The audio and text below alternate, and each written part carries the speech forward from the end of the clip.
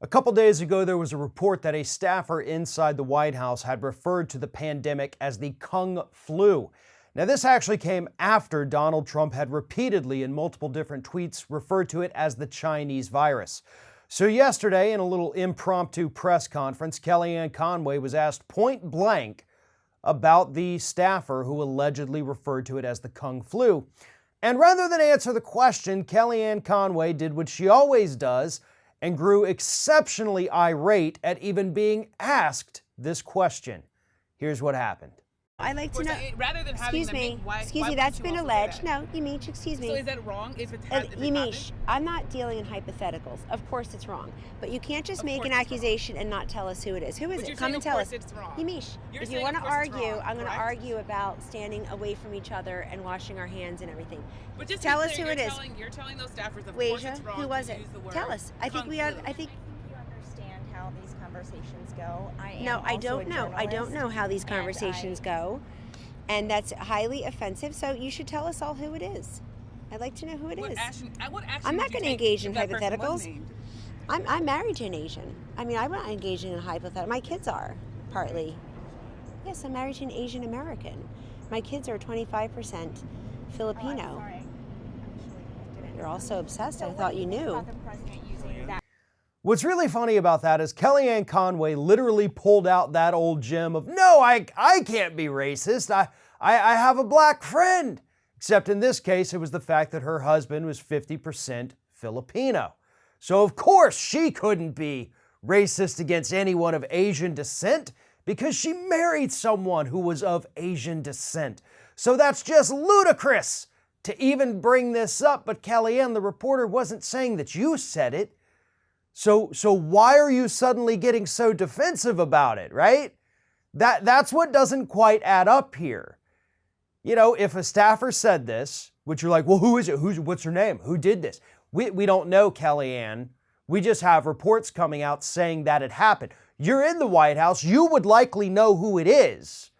You're right there in the thick of all of this every single day. If it happened, you would probably know about it or maybe hear about it. I'm sure other employees were whispering about it loudly. Or if you knew it didn't happen because you were there in the White House all the time, you would have said, this didn't happen, this is a made-up story, yada, yada, yada, your same old spiel. But instead, you got very defensive and went on this bizarre rant about your husband, which wasn't relevant to any part of the story. And it kind of makes me think that it might have actually been you, Kellyanne. Your response there kind of makes you seem a little guilty. Not saying you are, but I'm saying it certainly does feel like that. Here's the thing. Right now, we have attacks against Asians all over the world, by the way, increasing. You know, hateful rhetoric being thrown at them, actual physical assaults happening. And it's because we have people out there freaking out through xenophobia, thinking that all Asian people are horrible now because this virus, the outbreak, began in China. Now, it didn't originate in China. As I've mentioned, this virus has actually been around for quite some time. It's just never on this scale, and the outbreak did apparently begin in Wuhan. So that's where it started, but that does not mean this is a Chinese creation. That does not mean that anyone of Asian descent is responsible for it. But this administration's callous words and careless words are getting people attacked. And Kellyanne Conway, rather than address this, rather than address it inside the White House before even talking to reporters, decided to lash out at that reporter with one of the most bizarre and self-incriminating responses imaginable. One of today's video sponsors is Skillshare, and right now Skillshare has a very special offer for our Ring of Fire viewers.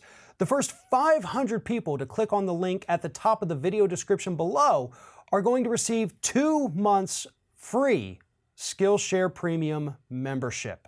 The first 500 only, so make sure you click that link and sign up today. If you're not familiar with Skillshare, it's an online learning community. They offer thousands of different classes in dozens of different areas. You can learn anything from video editing, photography, or even things that could benefit you in your personal life, productivity, arts and crafts, all kinds of things that you may have always thought about wanting to learn, but never had the time to do it. And Skillshare offers you exactly that. These are classes tailored around your schedule. You don't have to worry about meeting deadlines or being in a certain place at a certain time. Skillshare works for you. And that is what is so great about this.